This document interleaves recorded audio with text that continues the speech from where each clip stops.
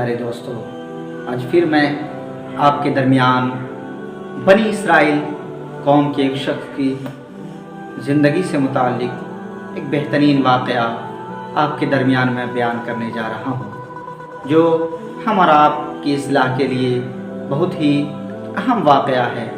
آپ بغور سماعت فرمائیں۔ اتفاق کی بات ہے کہ بنی اسرائیل میں ایک شخص انتقال کرنے کے بعد وہ اپنے پیچھے مکان اور اپنی 2 اولاد چھوڑ گیا۔ جب ان لوگوں نے دفن کر دیا، اس کے بعد زمین کی تقسیم کے بارے میں آپس میں اختلاف ہو گیا۔ اختلاف میں جھگڑے میں یہاں تک نوبت پہنچی کہ دونوں بھائی ایک دوسرے کے جان کے دشمن بن گئے۔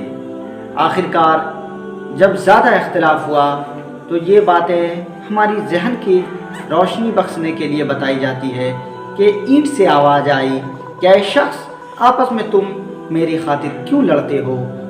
میری بات سنو۔ ایک وقت تھا جب کہ میں بھی ایک بادشاہ تھی۔ 370 سال میں نے زندگی پائی، اس کے بعد میرا انتقال ہو گیا، لوگ مجھے دفن کر دیے۔ اس کے 100 سال کے بعد جب میں قبر میں رہی 100 سال، اس کے بعد ہماری یہ حالت ہوئی کہ وہ قبر جو ہے چٹھیل میدان میں بدل گیا۔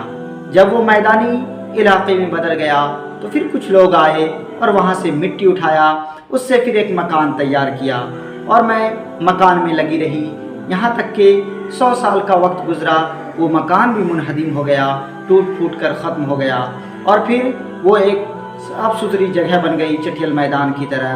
پھر کچھ زمانہ گزرا، 100 سال کا، لوگ آئے اور وہاں سے مٹی لیا، اینٹ تیار کیا، یہاں تک کہ میں اس مکان تک پہنچ گئی۔ تو گویا کہ ہر حال میں تغیر و تبدل ہوتا رہتا ہے اور ختم ہو جاتا ہے۔ تو میں بھی ایک بادشاہ رہا، پھر ایک وقت رہا کہ جب مکان میں تبدیل ہوا، ایک وقت رہا کہ پھر اینٹ ہوا، لیکن آخرکار انجام یہی ہوتا ہے کہ مٹ جانا ہے، ختم ہو جانا ہے۔ تو جو چیز عارضی ہے، مٹنے والی ہے، تم اس چیز کے خاطر اپنی زندگی کو کیوں فنا کر رہے ہو، کیوں خسارے میں ڈال رہے ہو؟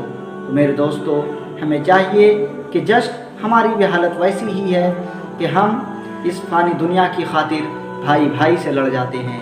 اس مٹنے والی سامان کی وجہ سے ہم دوست کے دشمن بن جاتے ہیں، اپنے والدین کو چھوڑ دیتے ہیں، ماں باپ کے ساتھ بدسلوکی کر دیتے ہیں۔ میرے دوستو، ہمیں چاہیے اس واقعے سے عبرت لے کر کہ چاہے ہم کتنوں طاقتور کیوں نہ ہو، کتنوں ہی مال والے کیوں نہ ہو، آخرکار ہمارا انجام وہی ہونا ہے کہ ایک دن ختم ہو جانا ہے، ایک دن مٹ جانا ہے۔ تو ہمیں چاہیے کہ اس عارضی زندگی اور دنیاوی فانی چیزوں کی خاطر ہم آپس میں لڑے جھگڑے نہیں، بلکہ آپس میں اتفاق و اتحاد اور محبت و پیار سے زندگی گزارنے کی کوشش کریں۔